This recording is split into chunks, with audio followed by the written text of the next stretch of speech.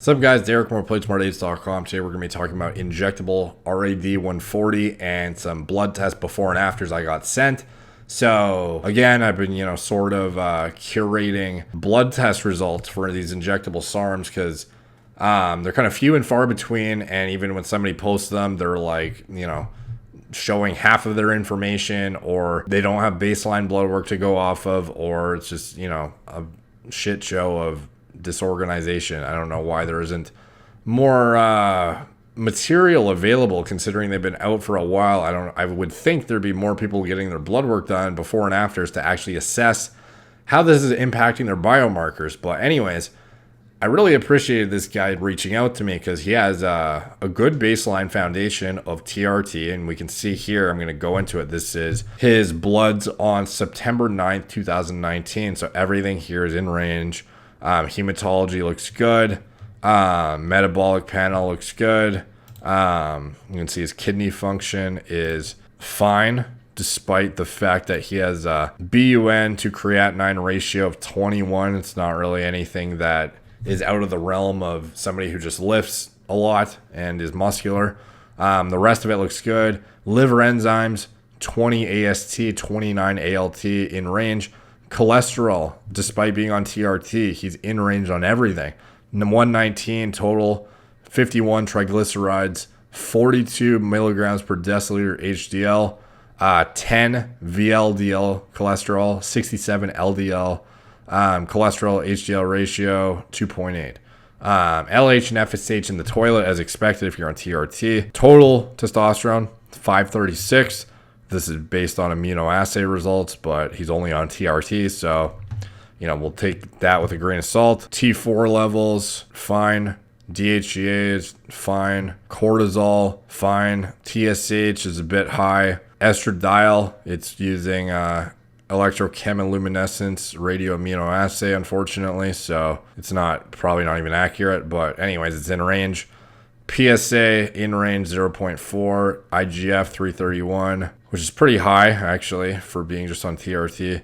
Vitamin D 48.2. Here too, T3 is a bit on the low end of normal. B12 is fine. Insulin is fine. SHBG is 20. So remember all the stuff from the last blood work I posted about the flagship markers of androgenicity in the body. We look at HDL levels is one main one. SHBG is another one. And as far as like toxicity, we start to look at things like liver enzyme elevation and kidney function. So going forward, this is on 160 milligrams of test sip per week. Now, he bumped his dose up to 200 milligrams of test sip in January of 2020 and added 20 milligrams every other day of injectable RAD140. So some of this you might be able to attribute to the 40 milligram increase in test. However, it's not as controlled of an experiment as I had. So you're going to have to take these with a grain of salt. But some of this stuff is thrown off to a point that I would not attribute it all to the 40 milligrams extra test. So again, though, this result is from February 21st, 2020. So the baseline blood work's in September. This is like 5 months later or something, and things can get thrown off that just based on if you slept enough, if you did this, if you did that. So I'd give the compound the benefit of the doubt. However, there are some just red flags again that are very similar to my blood work. So he's using a very high dose though, keep in mind, RAD140 at 20 milligrams every other day. Radius Health was actually in the process of recruiting 40 postmenopausal women with hormone receptor positive breast cancer into RAD140's first phase 1 human trial. And the main goal was to evaluate its safety profile, tolerability, pharmacokinetic characteristics, and in pursuit of hopefully treating hormone receptor positive breast cancer. The dosage wasn't outlined though. It's supposed to be a dose escalation study and nothing was outlined. And I'm not even sure if it's still proceeding because it looks like it's active, but it's no longer recruiting. It was posted in 2017, March 23rd, and it was updated November 13th, 2019, and they're not currently recruiting for it. So whether this clinical trial was abandoned prior to even beginning, I'm not really sure, but just based on the dosages of SARMs used in human trials previously, we're seeing, 1, 2, 3 milligrams. And RAD140 is very potent. It's actually one of the stronger SARMs, in my opinion, that among the mainstream ones anyways. So the likelihood that it's at, 10 milligrams per day or 20 milligrams every other day, even orally, is low. And then injected, the bioavailability goes through the roof and could be, who knows, the equivalent of 50 milligrams oral, 60, 70, who really knows? So you have to keep in context that this dosage is not like mine where I was doing, like 3 milligrams a day. This is like a very high dosage that is probably like 10 to 20 times over what would be evaluated in a therapeutic context. So this is like the equivalent of somebody who's on TRT with like 100 milligrams going up to like using like 2,000 and then getting their blood work done. So expectedly, some stuff was really thrown off. Unfortunately, a lot of it is red flags of androgenic activity again, though. So for something that purportedly has a 90-to-1 anabolic to androgenic rating, which, by the way, is a statistic pulled out of fucking thin air. I don't know who it was who came up with that initially, but I've covered this in my previous video and article on RAD140. The tissue selectivity anabolic to androgenic ratio is not 90-to-1, and I don't know why that is like widespread in the community now. It's like some random person just made it up and then somehow it like people just assumed it was correct. But if you go look, I've scoured the clinical data. I've looked at every single study on this compound. There's no mention of that. There's no even anything you could extrapolate to determine it's 90-to-1. It's just in humans too. There's nothing that you can make that judgment on. So anyways, his hematocrit went from 46.8 up to 52, so it's now high. So this is with an additional 40 milligrams of test per week and 20 milligrams every other day of RAD140. So his MCHC went from 33.5 down to 31.2. So that's worth noting too. What I was most interested in is how androgenic is this? So how is it going to affect his HDL and his SHBG? So again, we see the potassium elevated, which is so weird. Like I had the 5.3 potassium. He has a 5.4. Other people are reporting high potassium too. And the interesting thing about it is a lot of people have reported cramping on the LGD in particular.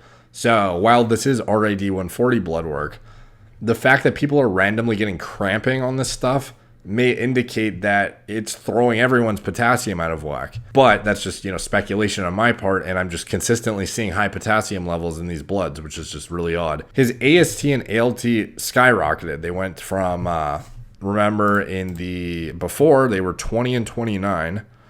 So his AST jumped up from 20 to 43. His ALT jumped from 29 to 110. So that's significant and indicates some level of toxicity.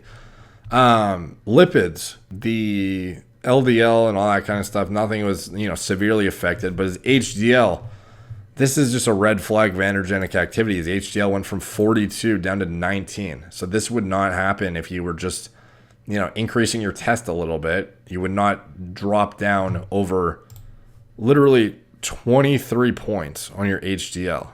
Is like slashing it over in half. Like this is something that would happen from like an oral steroid or something, not from 40 milligrams extra test. So that is not a good sign. His serum testosterone is 920 here though, and his free is 35.1. So remember in the last one, his total was 536. So obviously this 40 milligrams is having a bit more of a significant impact than perhaps we would have otherwise thought if we had not seen this blood work. So it's entirely possible the test is contributing to this, because obviously I don't know if the injection time, I didn't ask if the injection time was like how far away it was relative to the blood draw and all this kind of stuff, but that obviously plays a big role on if your serum levels are spiked when you do your test or not, because here there's, this is not indicative of 40 extra milligrams, having your serum total jump up like double the reference range almost, and then having your free being like super high. To me, this is, I just don't see that change coming from an extra 40 milligrams a test. So I might have to get further clarification from him, but there's definitely going to be some impact from the test on his lipids. It's just the liver enzyme elevation, super weird. HDL shouldn't get slashed that much when you're increasing your test a little bit, even if it's having a significant impact on your actual serum levels and there's, like a timing issue.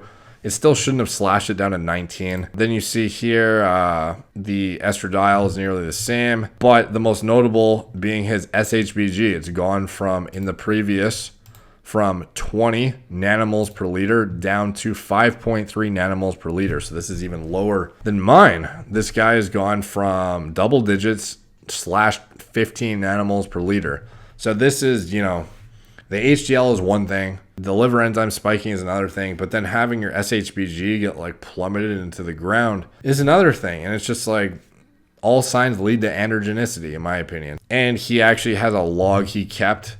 So he basically, you have to keep in mind too, this cycle is only 3 weeks in. So his bloods got knocked this much within 3 weeks. Granted, it would have been better if he had baselines from February 1st, so we can assess that there was no change between September and February 1st for, starting off this cycle, because perhaps something else changed that's impacting this blood test as well. But, within 3 weeks, having your SHBG drop down to 5.3 and your HDL crush down to 19, like that's really like heavily androgenic, in my opinion. And his log, he started it, let's see, just basically the main notes were very slight increase in acne. Libido is going up like crazy. It's definitely not a good sign either. Notice short temper and getting frustrated immediately after lift on my way home dealing with work.